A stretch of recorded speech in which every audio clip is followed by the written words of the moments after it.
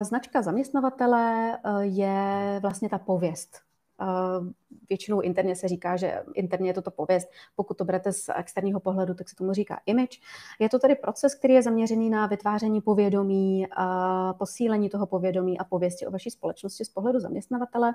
Je to i nějaký způsob, jakým se vlastně prezentujete a komunikujete s potenciálními zaměstnanci nebo s kandidáty, se stávajícími zaměstnanci nebo i s bývalými zaměstnanci.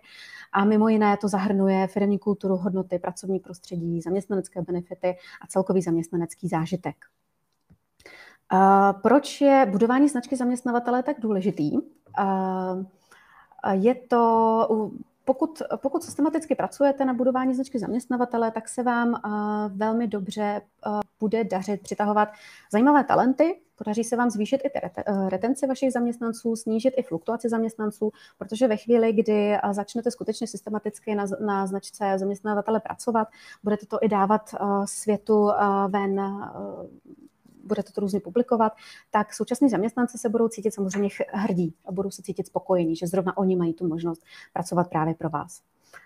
Podaří se vám při systematickém budování značky zaměstnavatele posílit i vaši firemní kulturu.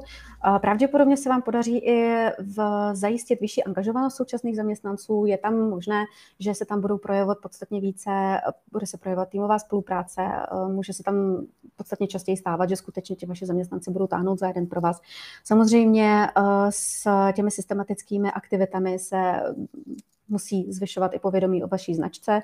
A pravděpodobně se bude zlepšovat i vnímání vaší společnosti na trhu práce a měla by se i zvýšit produktivita zaměstnanců. Pokud oni budou spokojení, budou skutečně hrdí na to, že budou u vás, tak budou celkově produktivita společnosti bude růst.